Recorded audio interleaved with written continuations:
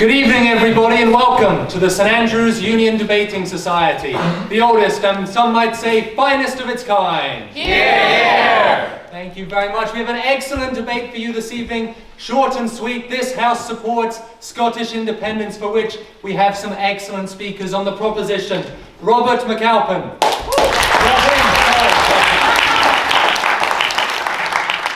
And on the opposition from the Liberal Democrat Society, George Capell.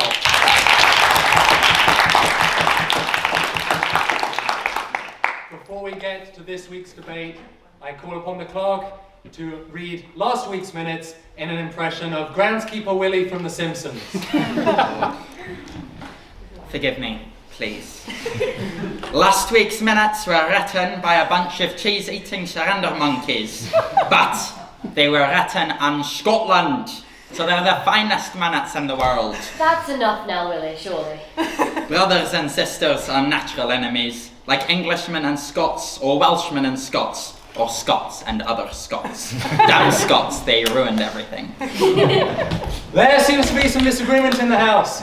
We will have to take a vote by oral acclamation. All those in favour of taking the minutes as read say aye. Aye. And those against say nay. Nay. Seems remarkably close. I will have to consult with my sergeant. Aye. The minutes are taken as read. Aye.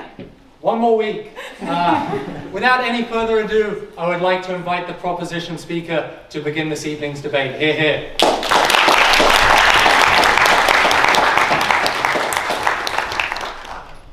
Well, thank you all very much for inviting me to your august proceedings. I have never entered a room behind a sword before, so that's an absolute first. So, I'm going to start off by telling you what the proposition I'm not going to primarily make tonight is. Instead, of what I want to do is give you some of the kind of philosophical approaches which led me to where I am and how I got there. So, some fundamental beliefs that I believe to be true and believe to be measurably true. Smaller nations better reflect their citizens. This is something that is measurably true. If you take the top 15 countries for economic success and happiness in the world, they're almost all under 15 million, and most of them hover around the 5 to 10 million number. Smaller nations represent their populations and their citizens better because fundamentally democracy is like a dog. If you want it to behave well, you must keep it somewhere where you can see it. If you can't see your democracy, it will misbehave. That is a fundamental rule of democracy everywhere. It's why transparency and accountability are such a key part of the electoral democratic process. And the further your democracy gets away from you, and crucially, the less that your individual voice matters, the less it is likely that democracy will reflect you. So if you are one of 5 million voters, you have fundamentally got more power than if you are one of 50 million or 100 million voters. So, incidentally, when I say smaller democracies work better, it does not mean you have to be an independent nation state, because you do get highly decentralised larger countries like Germany or Canada. And actually my personal view is this is what I think the solution is for England after Scotland departs. I think England should federalise. I think England should be a nation of 10 parliaments, the Parliament of Cornwall, the Parliament of Northumbria, the Parliament of London. And each of them should be able to follow their own paths and take their own decisions. If the surfers of Cornwall want to decriminalise marijuana, what harm is that to the people of Birmingham? So, our ability to live with an asymmetric world in which the people who live in a place get to shape its rules, and we don't worry too much about tidiness, we find that democracies deliver more for their people. So, fundamentally, I am a believer in small nation states. But I'm also of small democracies. But I'm also a believer in the nation state. I am a nationalist. Now, when I say I'm a nationalist, I mean 2 of 3 things. So first of all, I'm a civic nationalist. I believe fundamentally that we have not, as a species, come up with another way to do representative democracy which is not territorially bounded. So democracy is based on the concept of the demos, a group of people whose will it is that shapes the way that they are governed and the way that their country works. Now, realistically, we cannot have a demos which empties our bins unless that demos is geographically focused. We cannot create a nation state of middle-aged men with grey hair and glasses, because we would find it very difficult to empty each other's bins. So, democracies work best when they are territorially bounded. And if you call it a nation, call it a territorially demarcated democratic unit, call it what you want, but you're recreating the nation state. We have not come up with an alternative. So I am a nationalist. I believe in democracy. I believe in the people's right to shape the place that they live. And so I fundamentally think that until someone comes up with a better idea, we should all accept we're nationalists if we're Democrats. So I'm a civic nationalist. But I'm also a cultural nationalist. Because, frankly, I adore the rich tapestry of culture that spreads right across the world. One of the things which I have hated most over my 53 years on this planet is to watch the homogeneification of culture across Europe. When you travelled Europe when I was a child, it was so different. The shops were different, and the food was different, the culture was different. You felt like you were in a different place. And increasingly as I've got older and older, I have started to feel like I'm travelling through one big extended shopping mall, the same brands, the same shops, the same clothes, the same prices. And for me, it is a soul-sapping experience. I want, once again, to be a world of people with their own cultures. And I believe that the best way to protect a culture is to be a nation state. And if you look, you can maintain regional culture, you can maintain local and community culture, but it is almost always tied and bound to the sense of a nation, to the sense of a government that shapes and makes these things happen, that sets curriculums in schools, that chooses public holidays according to the history and traditions of the place that you have come from. So I am fundamentally a cultural nationalist. What I am most certainly not is an ethnic nationalist. There is nothing that I despise more than the concept that you would define a demos by its blood or its skin colour or its grandparents. That is abhorrent to me.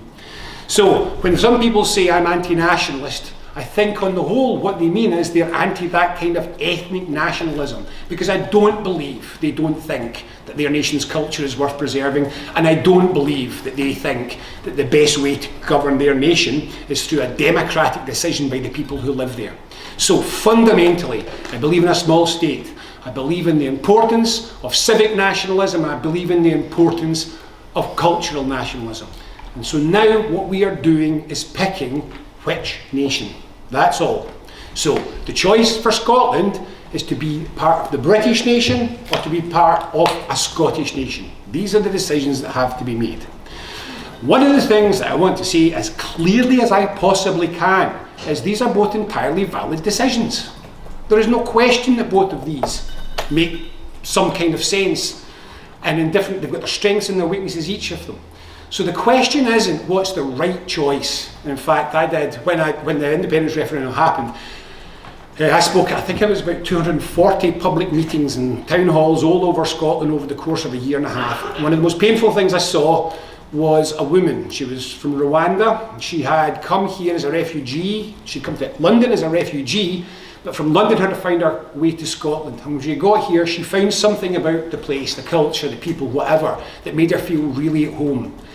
And at one of these debates, she came forward and she asked a question, and in the conversation with the panel, what came out was she was feeling a high degree of anxiety because she felt this was on her and there was a correct decision that had to be made, and if she got the wrong decision, she'd let everyone else down. And that made me really sad. There are many decisions we can make about your future. Life is a series of choices. We must choose, and so we must find reasons on which to choose.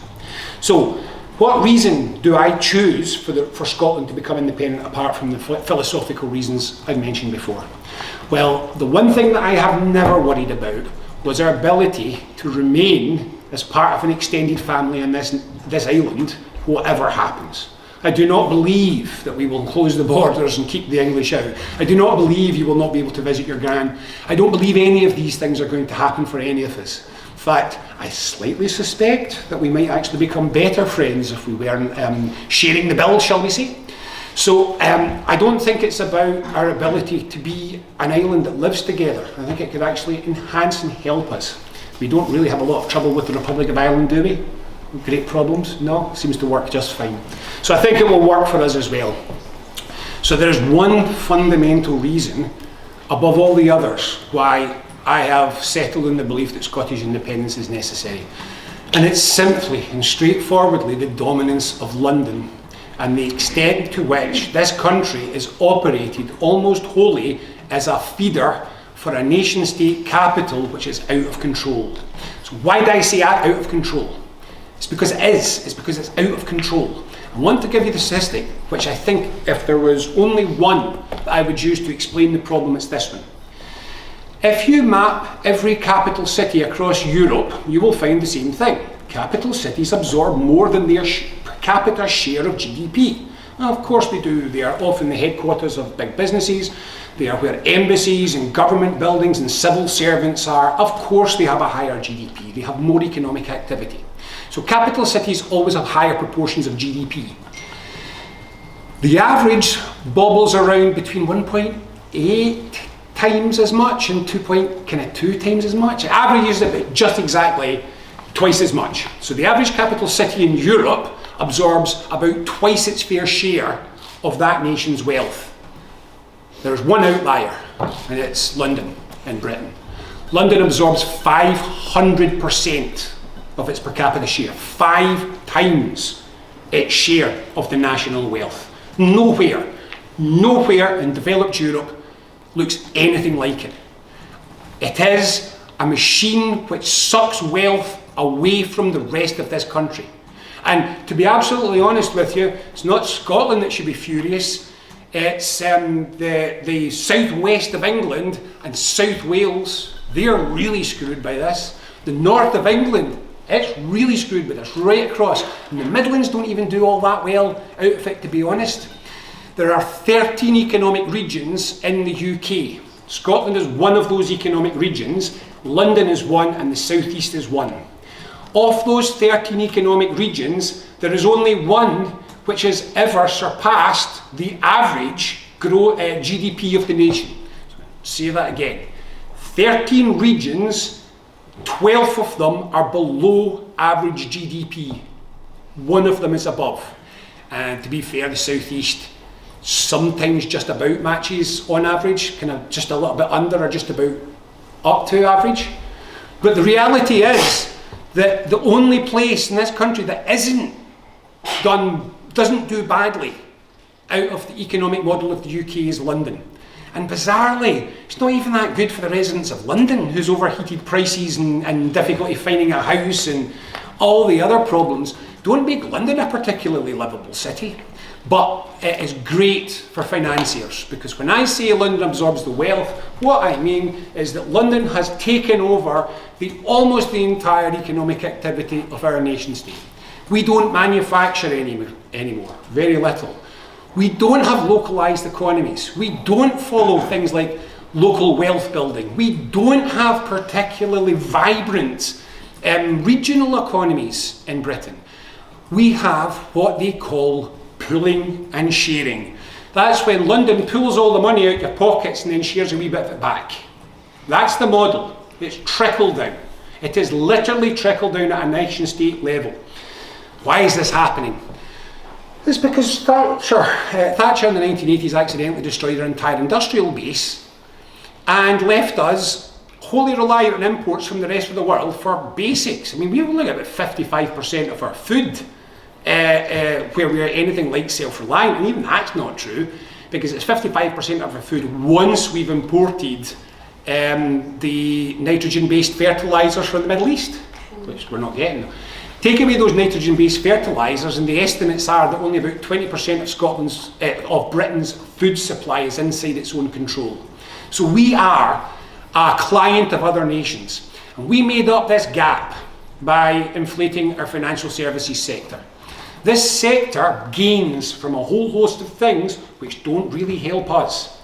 It gains from economic inequality. It is by definition a system of wealth management. And the more concentrated the wealth at the top among those whose wealth it manages, the better for the financial services of London, but the worse for the rest of us. It infantilises this country, all of us. We all look blankly at London saying, please do something, because we're powerless. We are the most powerless nation in Europe. We are incredibly centralised. Our local government is financially weak. We have no capacity to follow a regionalised model in this country. We are all staring downwards towards this economic behemoth which is working only for a small proportion of the population. Now, does this mean that Scotland becoming independent is automatically going to prosper? There's no, seriously people, anyone that tells you there's a promise or a guarantee in the world is kidding themselves on. Everything in your life, you'll find this, everything in your life is a combination of the assets you've been given and what you do with them. And Scotland's got wonderful assets, no question about that. One of the few countries in Europe that is more than energy self-sufficient and could be massively more than energy self-sufficient. Scotland is actually calorie self-sufficient. If we choose to eat a lot of barley, we can get by come the apocalypse. We'll have to stop making whiskey because about 2/3 of Scotland's arable product is barley, which goes straight into the whiskey industry for exports. But we're not going to starve because we've got that barley there and a lot of turnips too. So we have the capacity to be calorie self-sufficient, we have the capacity to be energy self-sufficient, and we have got phenomenal amounts of land. We are highly depopulated. In fact, another good reason for Scottish independence is if I tell you, there's only one country in Europe which has been depopulated faster than Scotland over the last 150 years, European country, and it's Bulgaria, and that was largely because of the Ceausescu implosion. So we've lost a massive amount. If we'd kept track with the European average, there would currently be 15 million Scots, and there's 5.5. So we've been exporting our people around the world. We have an enormous amount of land. We have wonderful universities, incredibly highly educated population.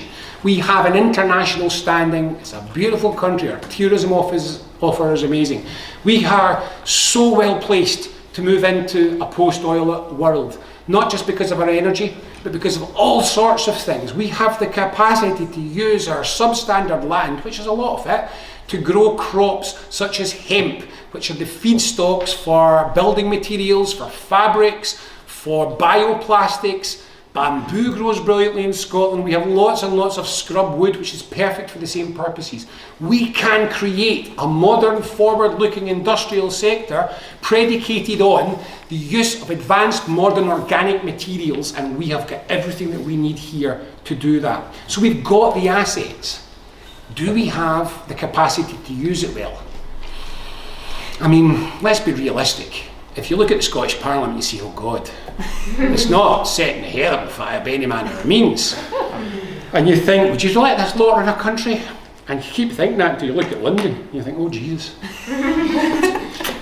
I could have just stood up and said Farage and sat down, but that would be cheating. So we're going to be dragged in once again in a political direction that Scotland will not be choosing. We're going to get Farage, and we're going to get another hard dose of Thatcherism in this country. So, will we make the right decisions? I think we'll make less wrong decisions, but I tell you what I fundamentally believe about Scotland and about everywhere in Britain that isn't probably Manchester or central London. It's this point I made earlier on. We have been infantilised. We do not believe we have agency over our lives. We complain.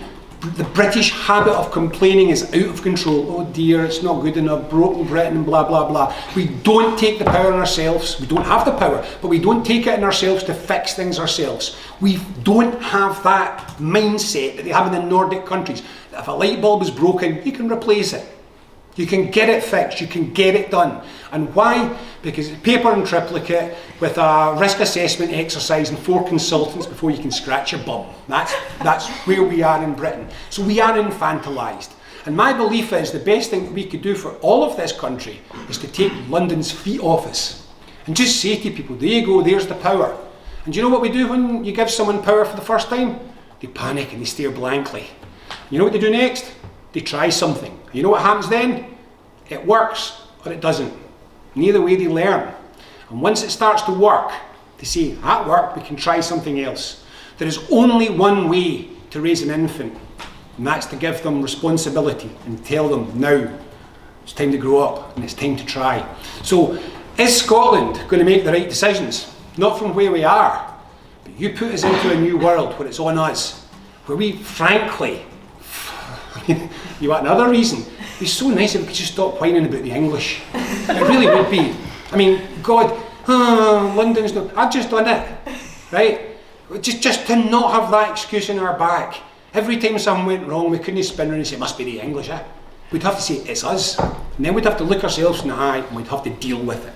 So, for me, I think fundamentally, the whole world would be a better place if its parliaments moved closer to its people. Everywhere. I think fundamentally, it would be a better planet if we once again took a grip and a pride in our national cultures and promoted them as being things of, not to be ashamed of, but to promote and to be the passports to our world, for other people to see us and say, there's the calling card, these are the people I want to be. But above all, right now, we are in an economic crisis. Frankly, the UK economy is falling apart and the UK democracy is in a dire state. And if no other reason, I believe that Scotland can be better and it can do better. And the only way we're ever going to know that for sure is if we try. And I think it's time we try, because what we are doing just now is clearly not working. So it's time to try something else. This is my belief. This is what I think we do. We try and stand on our own 2 feet and we try and grow up. Thank you.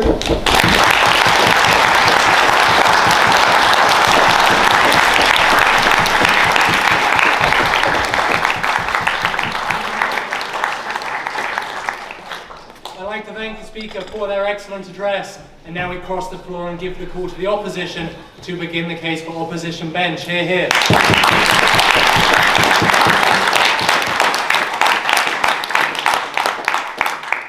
Thank you very much. In my speech, I will make 2 main arguments, or 2 sets of arguments. One will be the economic and practical arguments. Many of them will be familiar. I hope some of them will be new, but that will be one half of my speech. The other half will be focused on the emotional reasons to protect and defend the Union. Why we have something that is so unique, so uniquely remarkable and beautiful, it is worth preserving. It is worth protecting for those reasons alone. There are a couple of things that I would not like to let slip though. Firstly, as president of the University of St Andrews Liberal Democrats, it is music to, thank you. It is music to my ears to hear a fellow supporter of radical devolution. I will send a membership card round tomorrow morning. Because this is our policy as well. We believe that London is far too far away from the centres of power from where people should really be making decisions. The people of Worcester, where the city nearest me, should be making the decisions about Worcester. The people of Broughton Hackett, the village that I grew up in, should be making the decisions that affect Broughton Hackett. But I think what is also the case in Scotland, in the same way that London is too far away from Oban or St Andrews or Strathkinnis or Aberdeen, so is Holyrood, so is Edinburgh. The solution is not to break up the United Kingdom, but it is to have radical devolution across the entire country. Independence is not necessary for this. The second point that I would like to address is that, yes, as someone from the West Midlands, I entirely agree, London is a bit of a problem. But it has been this way for 2,000 years. It was by far the biggest city by far the most wealthy and important city when the Romans invaded Britain 2,000 years ago, as has been the case pretty much solidly throughout. And so the answer, clearly, to deal with London is to not turn away, is to not pretend that it doesn't exist, is not to try to shut yourself up from it, it is to embrace this challenge. It is to take it head on. Turning away solves nothing. And in fact, we heard no policy suggestions afterwards. Turn away from London, turn away from the United Kingdom, and then what? We do not know. And it is that I would like to address with my economic and my practical arguments. Before we begin to countenance independence, and it is something that absolutely could happen, I will never argue that Scotland could not become independent. It is also, I think we would all agree, an enormous change. It would be an enormous change for Scotland. If we're going to make this decision, we must first answer 3 questions. Firstly, and I bet you've heard this one before, what would be the currency?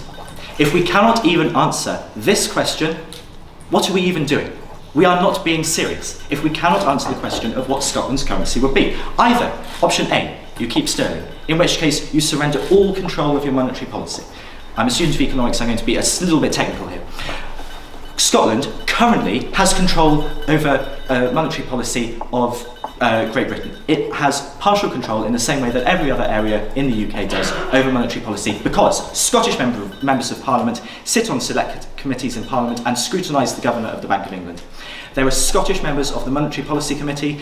The Bank of England has a very heavy presence in Scotland, as it does across the rest of the UK. What happens in Scotland matters to the monetary policy of the United Kingdom.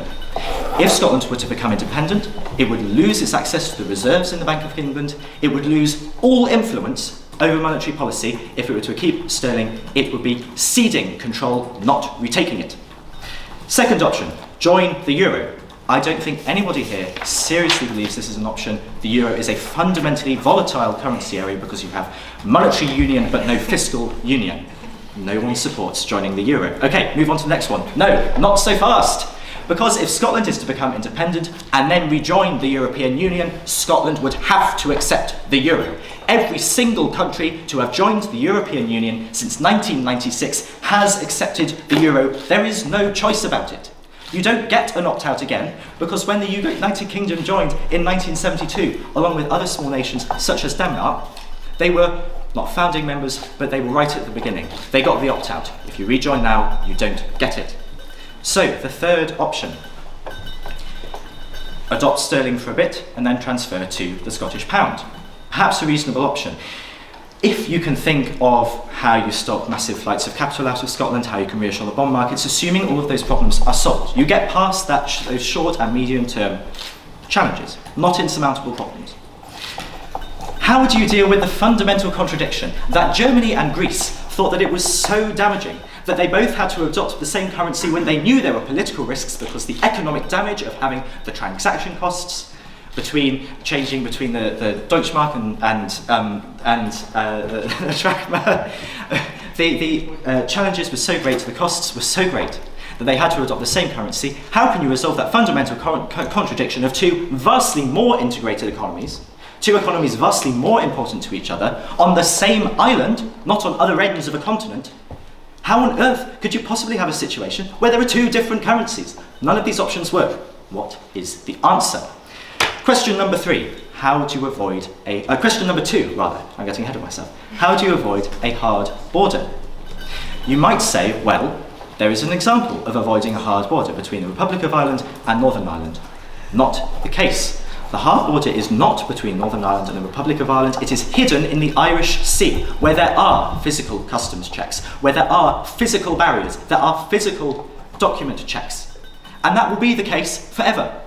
Even after 2027, even after we implement the Windsor Framework fully, there will always be customs checks because we have different regulations. If Scotland is to become independent, I think it is obvious that Scotland would adopt a different set of regulations. We must hear the answer. How do you avoid a hard physical border between England and Scotland? Unless this is something you're prepared to accept. And question number 3, and this is criminally under-addressed. How do you bring Scotland back together after becoming independent? We have experienced independence light across the whole of the United Kingdom when we left the European Union. We voted in 2016. Still, 10 years later, it is a major dividing line in British politics. It is unpleasant. Because you divide families against each other. You divide friends and neighbours against each other. Because throughout this entire time, you are constantly stating why you want to leave. The process of breakup is not one where you can improve the relations. It is one where relations are constantly made worse. You are constantly reminded of why you wanted to leave in the first place. You are constantly going through this process of repeating back to yourself the justification for leaving. That is why the relationship between Ireland, the Republic of Ireland, and the United Kingdom, and for significantly more historical reasons which I'm not even going to attempt to address, is nowhere near as strong as the relationship between England, Wales, Scotland, and Northern Ireland. It is why our relationship with the European Union is worse now than it was before 2016. It is madness to suggest that the relationships will be able to improve, because the entire point of breaking up is staying why you want to not be together in the first place. How do you bring Scotland back together? Again, it divided families within the United Kingdom. That was over an economic and semi-political union that we have been a member of for about 40 years by 2016. This is a deeply integrated political, monetary, economic union that has existed for over 300 years. This process would be an order of magnitude more divisive than Brexit. The most serious question in this debate is after that, where you have 50% of the population wanting independence and 50% opposed, how do you bring the country back together again afterwards? That's the most important question to answer. We must hear an answer if we are to support this motion. Now, the economic arguments. I'm an economist, I love economics, of course I'm going to make some arguments. I must say some of the things that were said about London are slightly erroneous. Yes, London is wealthier, it is more productive, it is a big city, that's what you expect from a large city. And it also means it pays in vastly more to the system than it gets out. The only region in the whole of the UK, out of all of the regions of England and the 4 constituent nations, the only areas that pay in more than they get out to the Exchequer is London and the South East. Everywhere else, including my own region of the West Midlands, takes out more than we pay in. Now, this does not mean that independence is impossible, but it does mean how you need to explain how you're going to finance a 9% deficit that Scotland would run if it were to become independent tomorrow. Spending in Scotland is £1,555 higher per person on average than the UK average. It is higher than the UK average. And yet tax receipts are £325 lower than the UK average. It doesn't make independence impossible, but also you must ask, how are you going to afford that? Which taxes are you going to put up? Which services are you going to cut? To consider this option, you must be honest with yourself. That is something else to consider. And what about the businesses along the Scottish-English border? In fact, what about the businesses across the whole of Scotland? We have seen, again, I'm going to come back to this example of Brexit, it does not take tariffs between the United Kingdom and the European Union, because there are none. All it takes for significant economic damage to happen is for regulatory differences to occur. Small businesses are particularly badly affected by the enormous reams of paperwork that they have to fill in so that they can export to Europe. The situation will be, again, an order of magnitude more severe, more serious. If Scotland were to adopt significantly different regulations, it would make it so much more costly for small businesses to export. So, there we have it. The first half of my speech. Economics. Economics and practical arguments. But they are not the most important arguments. They are what, certainly, we have heard a lot of so far. But the most profound arguments, the real reason why I'm on this side of the debate, is the emotional argument. We have something unique. There is no other place on earth where two countries share similar cultures and the same language, where there is the level of internal migration. Canada, the United States, there is nothing like it. Again, order of magnitude greater in the United Kingdom. Between Australia and New Zealand, there is a very significant degree of migration between the two countries. Again, there is nothing like the scale you get in the United Kingdom. In Scotland, 1 in 10 of us, 1 in 10 people in this country was born in England, Wales or Northern Ireland. There is nothing like that anywhere else in the world. The only reason is because we are one country. We are a united kingdom. We are 4 nations. We are 4 distinct, proud nations with our own histories, our own traditions. But the reason why we can share this together, the reason why the human bonds which bind us are so much more profound, are so much deeper than anywhere else in the world, is because we share this one common purpose as well. The reason why, growing up in a small village in the middle of nowhere in Worcestershire, the most wonderful village there is, Broughton Hackett, where sheep outnumber us 10 to 1.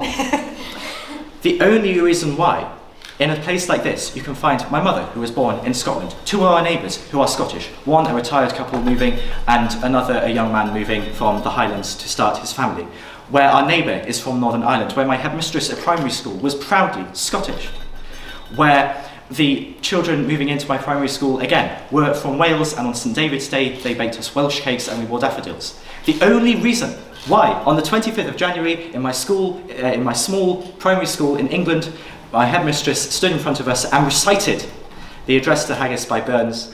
The only reason why any of this is possible, and it does not happen anywhere else in the world, is because we have something unique. We have something truly special, magnificent. It is difficult, it is complicated. There is nothing easy about this process of union, but is vastly more profound than any economic or political argument you could make. Economics and politics, they govern our lives, but they do not define our lives. Our lives are defined by our human connections, about who our friends, our family, our neighbours, our communities are. And nowhere else in the world will you find this beautiful, interwoven, deeply complicated, difficult, but I come back to it, beautiful tapestry. It is only possible because, whilst we are proud nations, all four of us, we do not have borders, hard borders between us. We have our own histories, our own traditions, but we have something holding us together, something that nowhere else has. So, when we ask, should Scotland become independent? We are asking, should Scotland turn her back on the Union? We must ask ourselves, what is the Union? The Union is not a set of economic arguments. It is not a political structure. The Union, at its most fundamental and its most important level, is us. It is us in this room, and that is worth preserving. That is why you should vote on this side of the motion.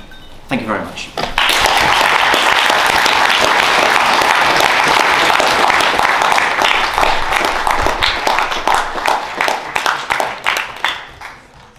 I thank the Speaker for their excellent address, and now it is time to open up the debate to the floor, which means everyone in attendance. So anyone in attendance can give a floor speech of roughly 1 or 2 minutes in length, and I will gavel when your time is up. We have minute books that go back to the 1800s, where we have entered the content of floor speeches like these ones, and if you would like your speech entered into our minutes, then please state your name nice and clearly at the start of your speech. The best floor speech this evening will win this enormous trophy, which we will decide amongst ourselves at the end of the debate. So, are there any speeches from the floor? Okay. I'm going to change things up. We're going to start with Alex this time. Well, I'm not from Britain, but I'm going to offer a case for nationalism. Because, George, you're not that special. I'm sorry. I'm sorry. And the fact of the matter is that just thinking of modern history, there has been no country, apart from Czechoslovakia, that has become independent or has broken up peacefully. And Czechoslovakia broke up peacefully because A, the people were not particularly interested in keeping the country together, and B, the politicians were really keen to split it, so much so that they may even call for a referendum. So, for a country to become independent, you're looking at levels of nationalism, you're looking at levels of passion that are extreme. And unfortunately, more often than not, they venture into blood nationalism. They venture into violence. Just off the top of my head, most countries that have become independent have seen terrorist groups, independence organizations, you name it, they have measured deaths, they have seen quite high amounts of violence. Many of them have even seen civil wars. independence is not like Brexit. You can't have a referendum that is 51-49 and say, well, okay, rule of law, the other side won. Because you will get people that feel quite passionately about staying in one country, or you might get people in the other parts of the country feeling quite passionate about keeping a foothold in the part that wants to leave. Just remember, Scotland also has a couple of very important military bases for the United Kingdom and your allies. So no one will just sit passively and say, well, okay, you voted for independence, good for you. Even if that happens, as George said, it took you 10 years to negotiate Brexit. You're looking at 50 years of negotiations here, and I'm not seeing that ending well. So essentially, for proposition to put up a convincing case at this stage, they need to show that there is a high enough level of nationalism, of people feeling that honestly they would die for Scotland. They would fight for the country if need be. That's what it means to be independent. You might get conscripted tomorrow, and that you have a pretty good chance of doing this without violence. Or, I don't know, you might want to do it violently, but I wouldn't recommend it. So, thank you very much.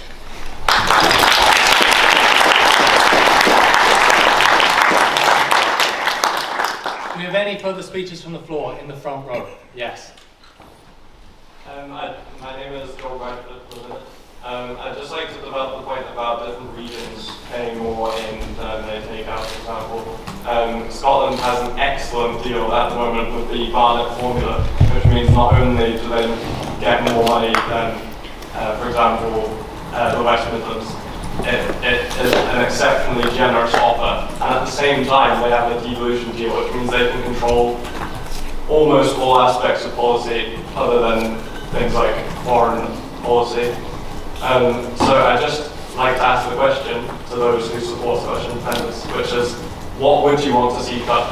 You have to make a decision about what the price of Scottish independence is. Would you cut money from the health service? Would you raise taxes in other places? What is it worth to you to go through this process of divorce?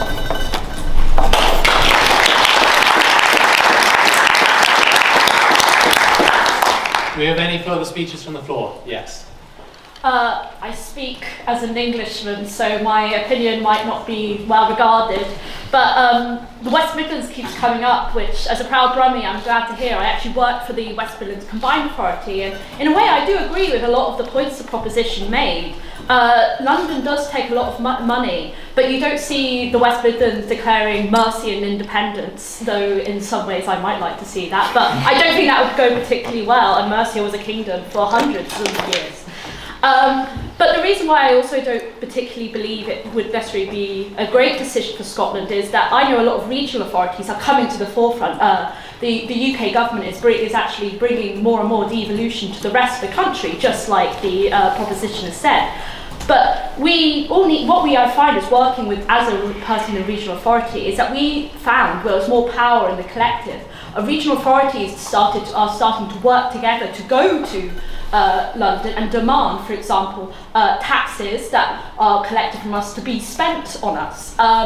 And I believe that there's sometimes more power, this might be slightly unpopular, working within the system, and Scotland could work with these new rising regional powers and authorities and demand a better deal. I do think they have a pretty good deal, but as I said, I'm an Englishman, so I don't always know if this is necessarily important. But I think there's importance of working together as a team to sort of break this London monopoly that they have on our great union. So thank you very much.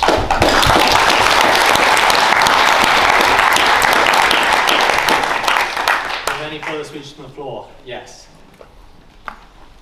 My name is Varesh. As an American, my opinion is probably even less. But we'll go for it.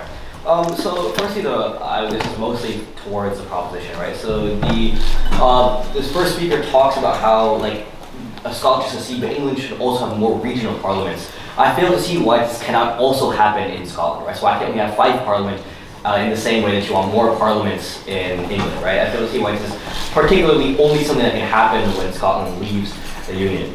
Unfortunately, I also see issues with feasibility, right? So you talk a lot about centralization of power in London, but there are benefits of London being incredibly powerful. London gives a lot of economic power internationally. It also gives a lot of political power internationally. Unfortunately, the harms that have been brought up by London are not things that are going to be given back to the people if you get rid of it. Wealth has been centralized in London. Political power has been centralized in London. Those things are not going to go back to the people if you leave it. Manufacturing jobs are not going to come back just because you have left the Union. Neither will the culture that has been eroded because you have been part of England. So I fail to see how you will gain back the things that you feel like you have lost by entering the Union. Secondly, the first speaker also asks us to just try. Right? These are things that we should attempt to gain, even if we don't think that we can gain them. But I ask, is this worth the attempt? Is this worth the attempt of breaking the system? Is this worth the attempt of raising taxes, of threatening the welfare of people that live under the society that they currently live in? Is it worth attempting to destroy the society that people live in currently? And if and possibly when it fails, who will take you back? Right? Will England accept you accept you back if they believe that you will leave at another whim? Will the EU accept you back if they believe that you are willing to leave them just as you have left England in the past? The second speaker has also brought up the issues of entering another union like the EU, or tying yourself economically economically to England. So I'd like to talk about these broader issues.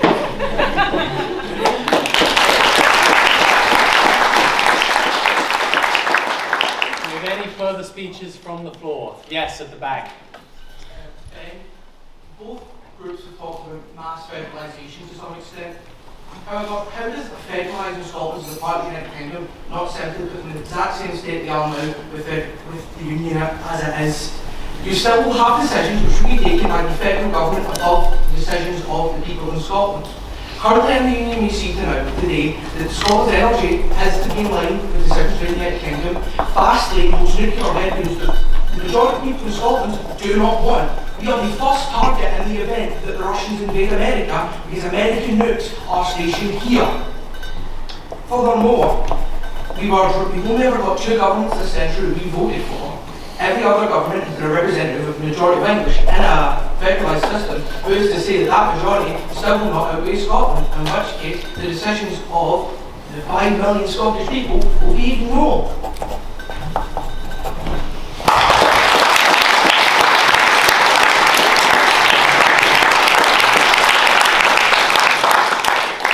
Do we have any further speeches from the floor? Yes, with the backwards hat.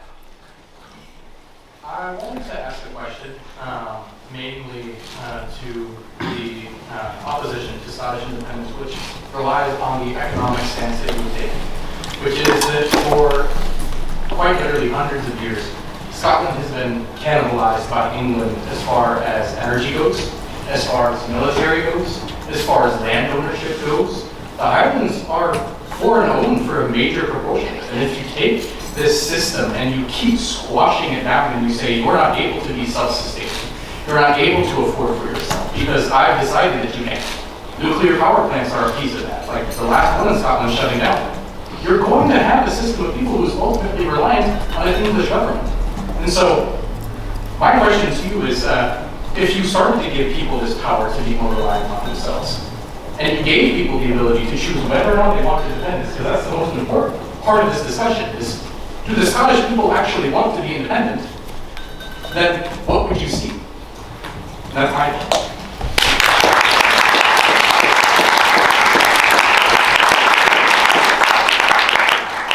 Do we have any further speeches from the floor? Yes, in the front row. My name's Max Charles. I really just have sort of one point for the opposition. With the proposition, the idea that small states are better for democracy is something that resonates with me, but also thinking back to a time in Europe when we had a lot of small states, before the concept of Vienna. There were wars between small states, there were bickerings between small states, and before there was something like the EU or some kind of union that mediated them on a supranational level, those wars were sort of between small states, or they were cannibalized by larger states. And how do we prevent that from happening if we sort of divide Scotland into one country and England into 13. And then for the opposition, we've talked a lot about sort of how there's something special here in the United Kingdom. And on an emotional level, I agree. But when it comes to things like laws, even though there is significant evolution here in Scotland, like we saw with the Gender Recognition Bill, Westminster can turn around and tell Holyrood, no, no, no, no, no, we don't like that, even if that is against the wishes of the Scottish Government. And how can you create a system in which there is this Westminster government down there, and when that's at odds with the Scottish people up in Holyrood, how can you mediate that dispute within a single country? Thank you.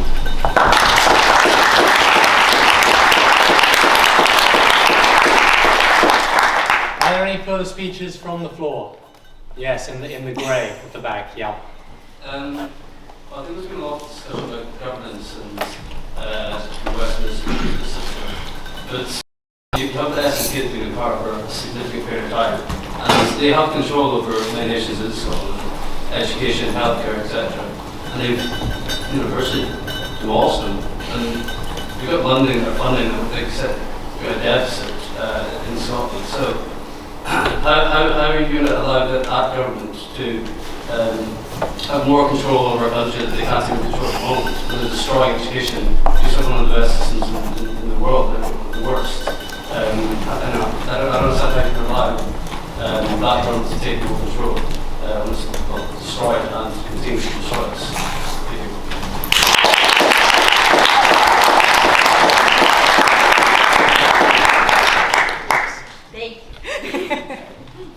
Okay, so a lot has been said about practicality. I have a point about the emotions argument that the opposition bench has presented about the unity of the union and all that.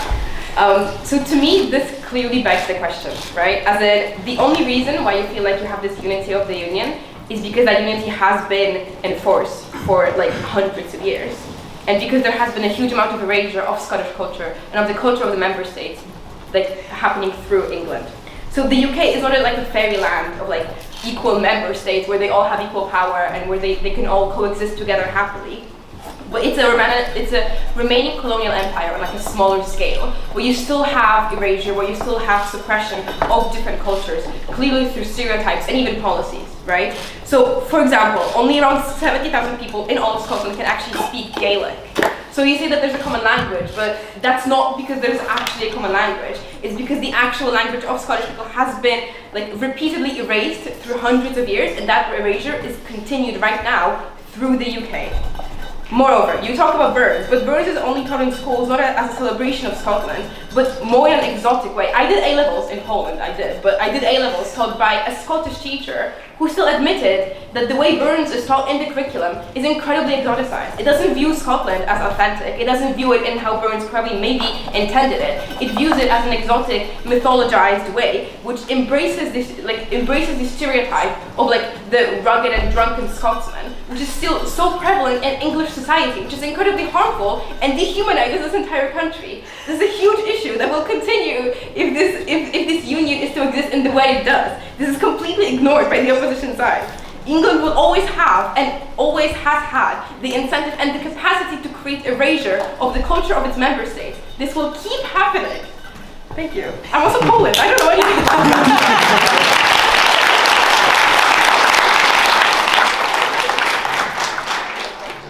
Yes. Hi. If you thought hearing from a bunch of other people was strange, a Kiwi's now speaking. But I have a question, one for Prop and one for Op. When we talk about how Scotland's been able to manage itself within the Union, we can look at some cases where Scotland does function better. The best case I think of is actually when we compare NHS Scotland to NHS England. The fact that NHS Scotland is much more better equipped and much more efficient. My curiosity with independence is these improved factors that Scotland can do and does. Is that a matter of we need something completely external, or is it a matter of actually putting our foot down within the system and becoming a lot more independently regulated, but within the union that exists? Coming to opposition, I've heard a lot about why we should stay in the marriage, kind of say, in the sense of what was good. But clearly there's something negative here that people are feeling. And not just feeling, but seeing. What I want to hear is not just why it's good now when it comes to potential risks, but what the union will do to fix its relationship with Scotland. and to benefit and deepen itself. We can't just look at this as worse. We need to look at why this is also better. That's all I have to say. Thank you.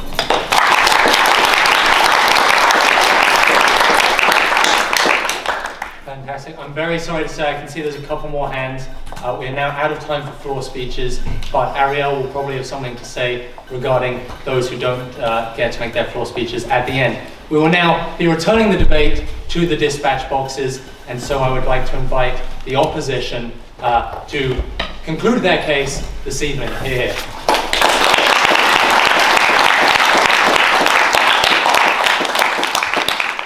Thank you very much. We've heard an awful lot of very, very good points raised from floor speeches, so thank you very much for all of those. I won't be able to go through all of them in a perfectly ordered list, but I want to address the main issues that were raised. I think there are probably 2 or 3 main things. One is the idea of Scotland being suppressed by England.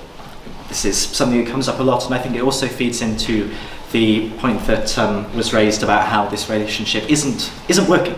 It's true. I said a lot about how I think this relationship is really important, it's really special, it's unique.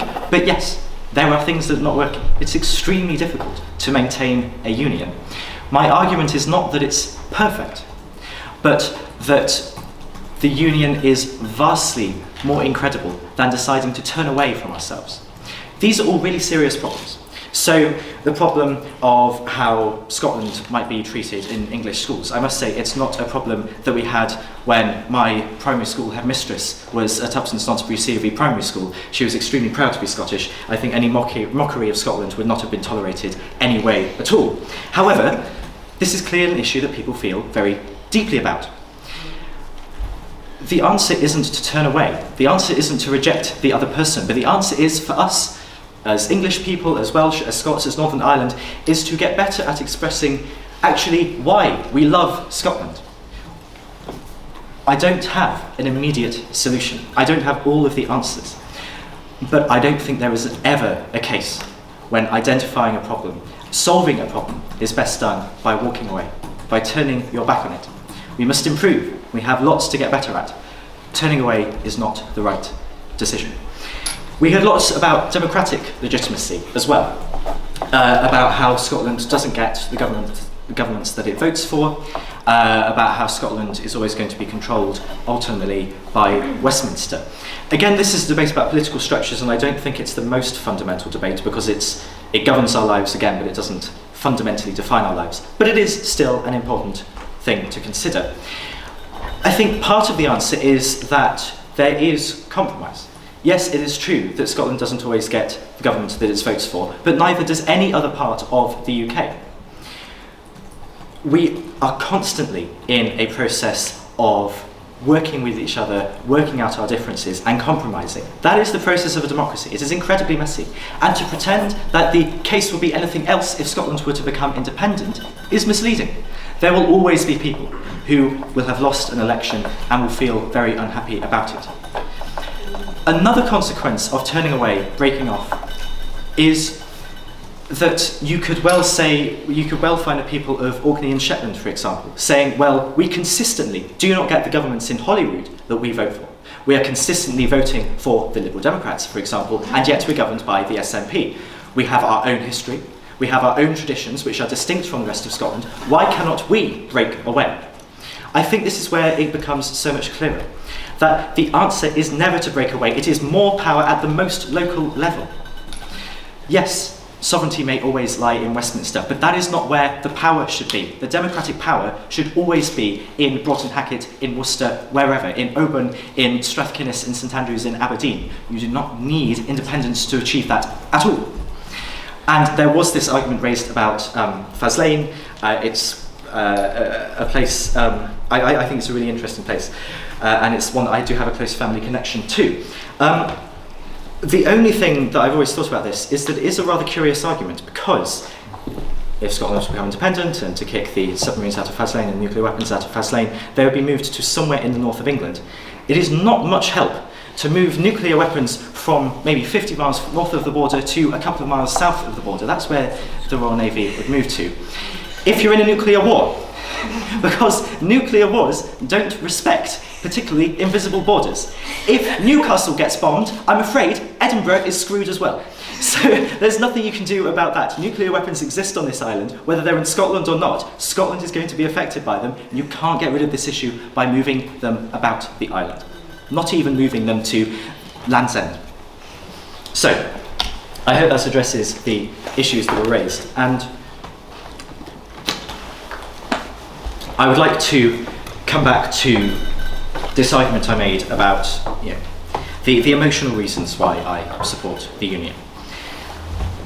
I think for me and for hundreds of thousands, indeed for millions of other people on this island, and ultimately for all of us, because we are all connected to this, the union allows us to express our deeply held patriotism for England. I'm extremely proud to be English.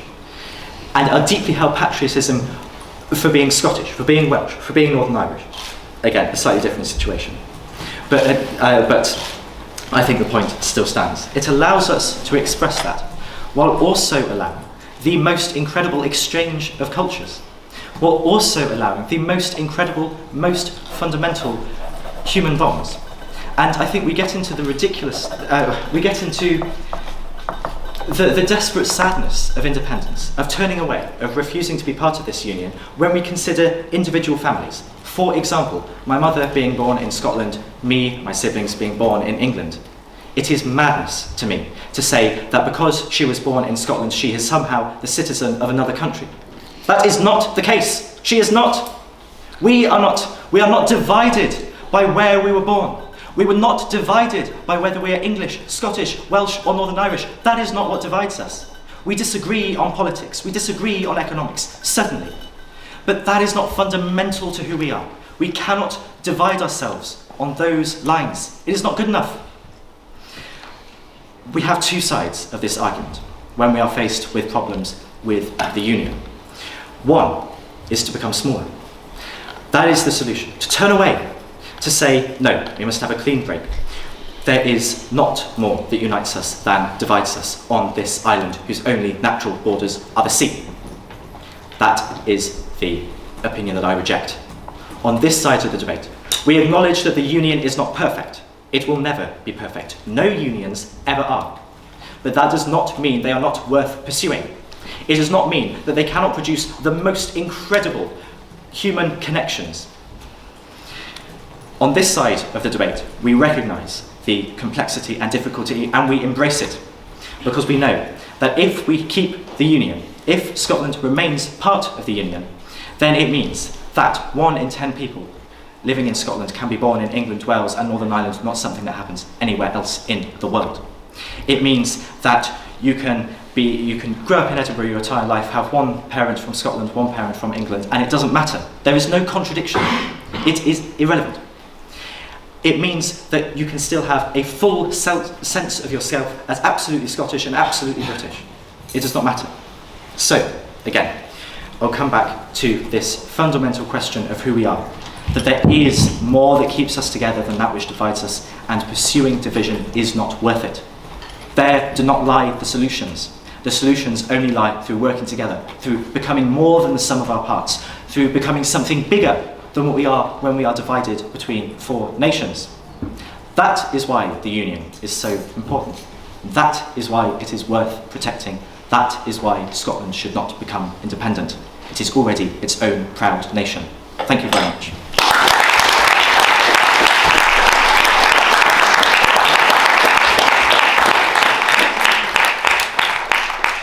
I thank the speaker for their excellent address and would like to invite the proposition speaker to conclude the debate this evening. Hear, hear.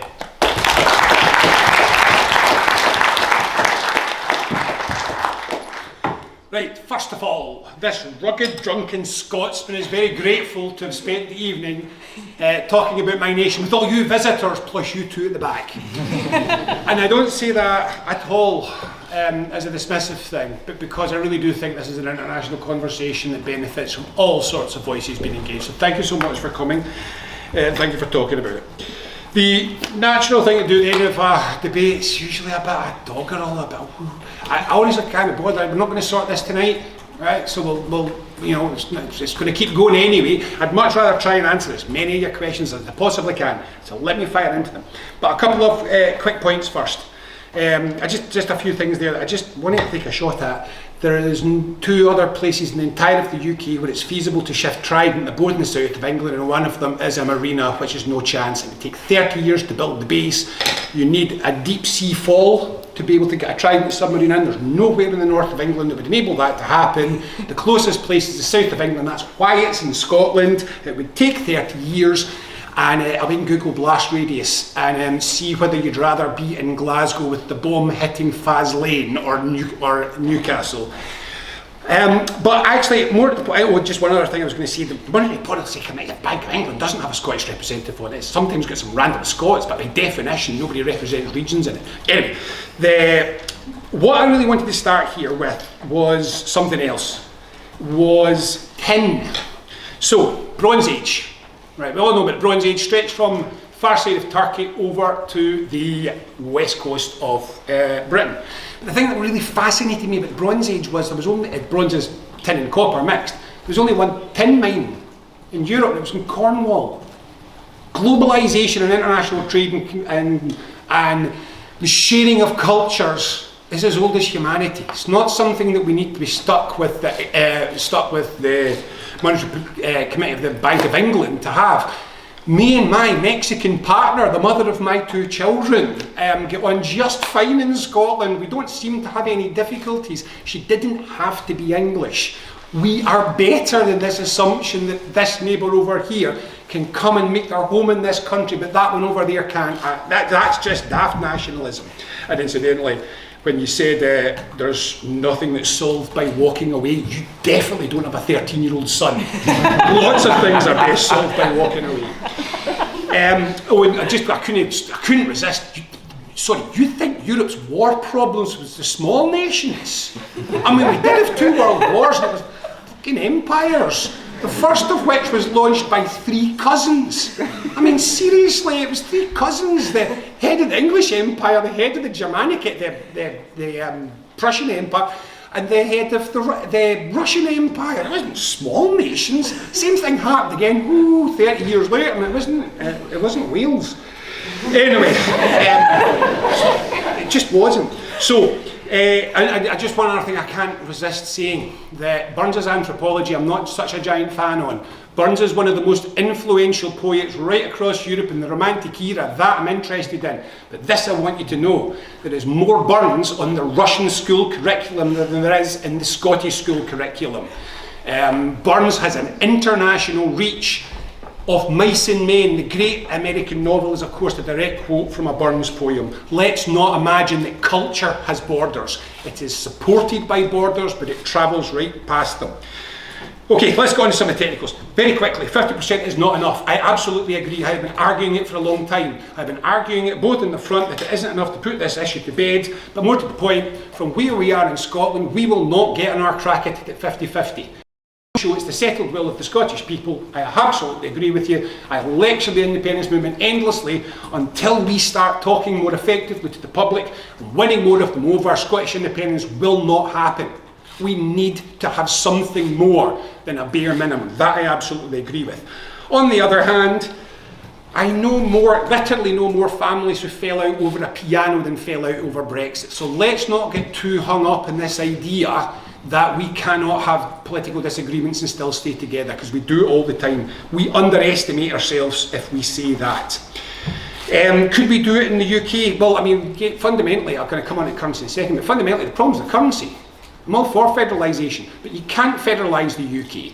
Because if you federalise the UK, England would still have more votes than every other part put together. England does always get the governments it votes for. Not every part of England, but England always gets the governments it vote for. Scotland regularly doesn't.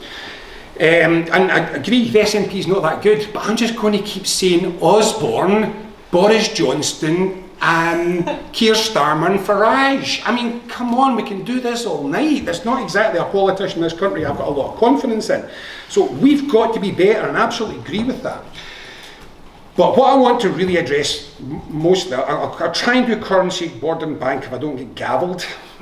But what I want to mostly do is try to explain this idea that we've got to choose what we cut for the price of independence. And it's just a complete category misunderstanding. So let me do it like this. Let's take the nation of Denmark. Now let's say that Denmark gives up its independence, becomes a region of the UK. What's the first thing you do? That you close all its embassies, get all the embassy staff and all their spending, get it out of the country.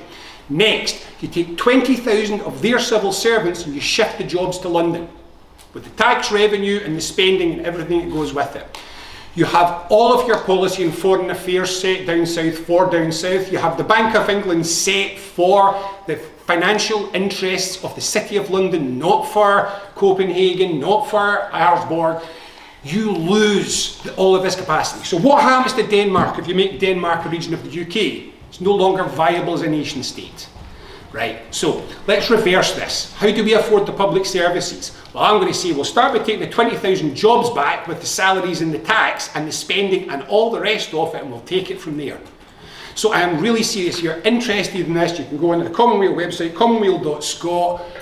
I need to remember the name of the paper, it's a few years ago, but we explain Beyond Gers, it's called Beyond Gers. We explain this, that there is so much structural wealth that's taken out of the country because we don't have control, that's where you start with. And that's before we even talk about what we would do to boost our own economy.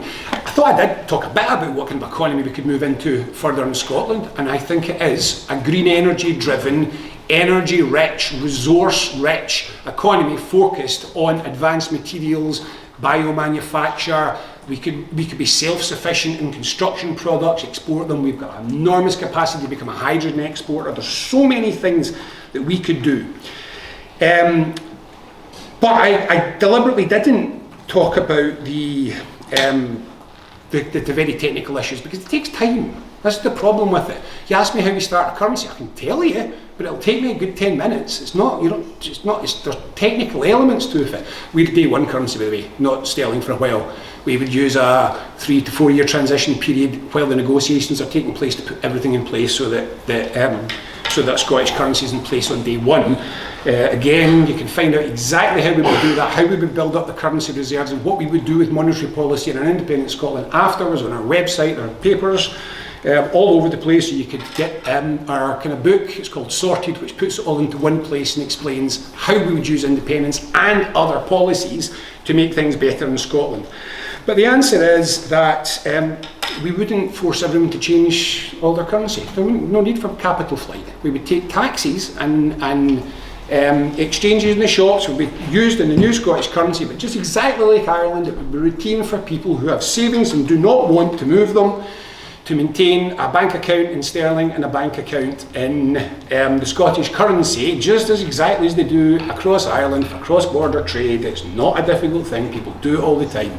So we're not talking about forcibly redenominating everyone's bank accounts. Currency flight is not a problem, and introducing the currency that works better for us and isn't kept running hot so that the financial services can gamble better would be good for Scotland across the piece. Hard borders, there's no such thing as a hard border. It's a complete myth. Complete myth. There is no such thing as hard.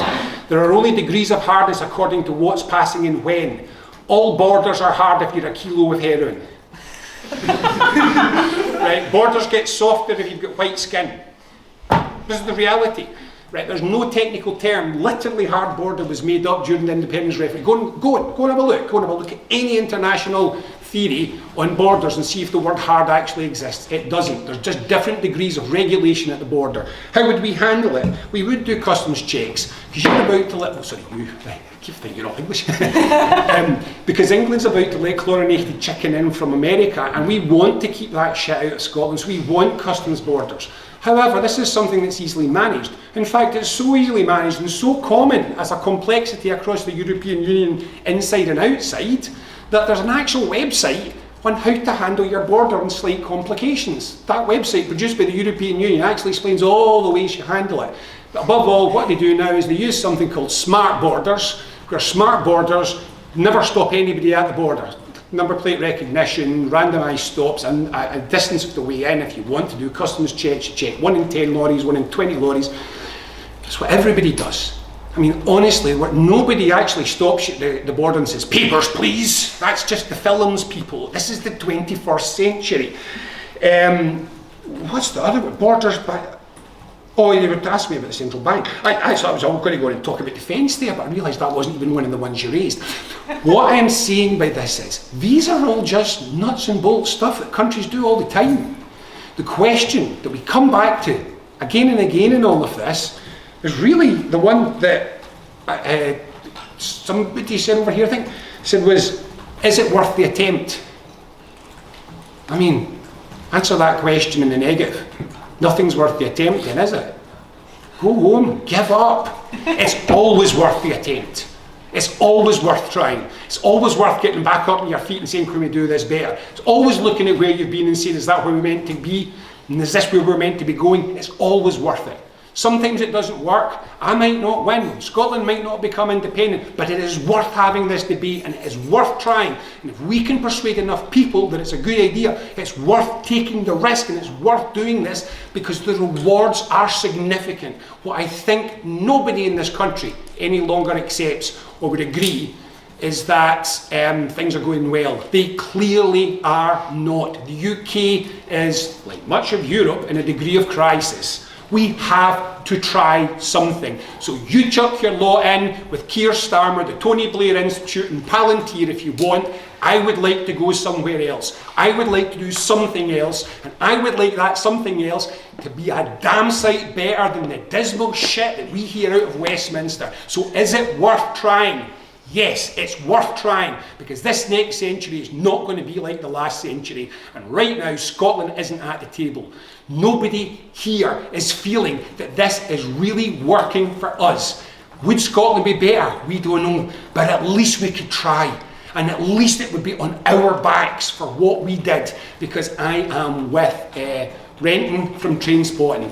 Right now, being Scottish is a shite state of affairs. We moan, we complain, we don't have the power and we think it's everyone else's fault. We have an idea and we think, maybe not, too much bother, better not try. Because we have been colonised, not in the traditional sense, but in the mind. We have become a country that doesn't think we can do things. And one of my favourite quotes in the world comes from Henry Ford, who said, whether you think you can or whether you think you can't, you're probably right. Well, I'll tell you what, I think Scotland can. And I'm damned if I'm not going to try and prove it right. Thank you.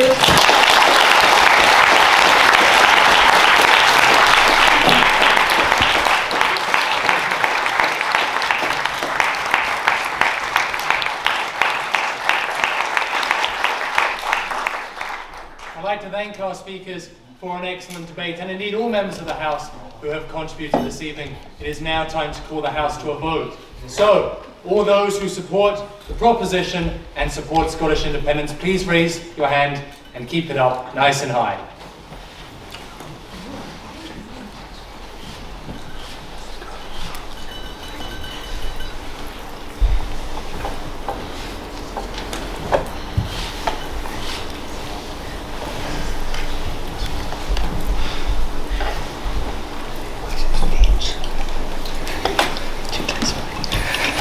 And all those who support the opposition.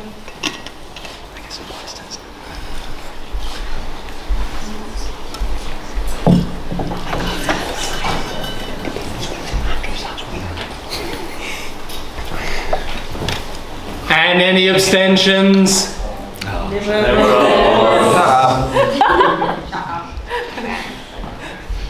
Nice. Fantastic. We will now have any announcements from board. Maybe Beate. Yes. Thank you so much, guys, for coming out today to watch this truly wonderful debate. Thank you guys so much for speaking so much from the heart. I really enjoyed that. If you fancy something like this next week, we are going to debate the motion, "This House regrets the narrative that we do not negotiate with terrorists." So come along to that very wordy motion, but I think it's going to be very great. And yeah, thank you so much for coming.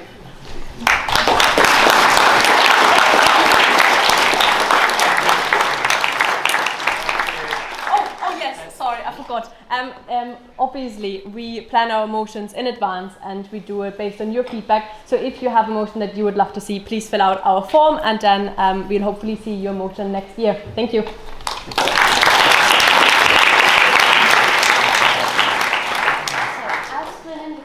If you want to keep talking about this, there's plenty of space to do so, particularly in the main bar in the Union. And not only do you get to talk about it, you get to talk about it with a drink, and this offer goes to our speakers as well.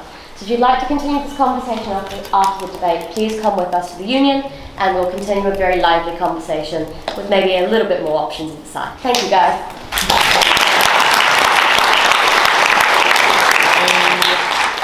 Any other announcements from board?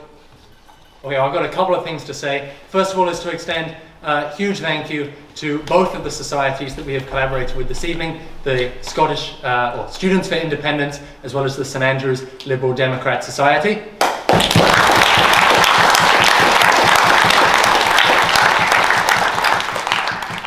Next week we have a debate, but in 2 weeks' time we have our AGM, which will be here a little bit earlier than usual so that we can get through everything.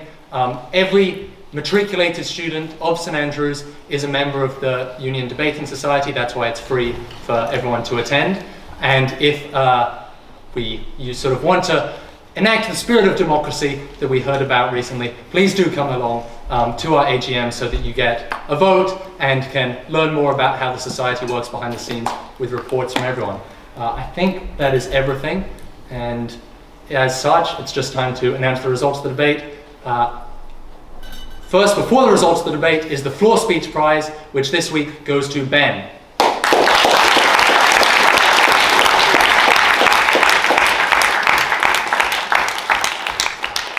Please come up after the debate and come and get the trophy. And so now, to announce the results of the debate, the ayes to the right were 44, the nays to the left were 24, with 15 abstentions. Therefore, the ayes have it, the ayes have it. Thank you very much.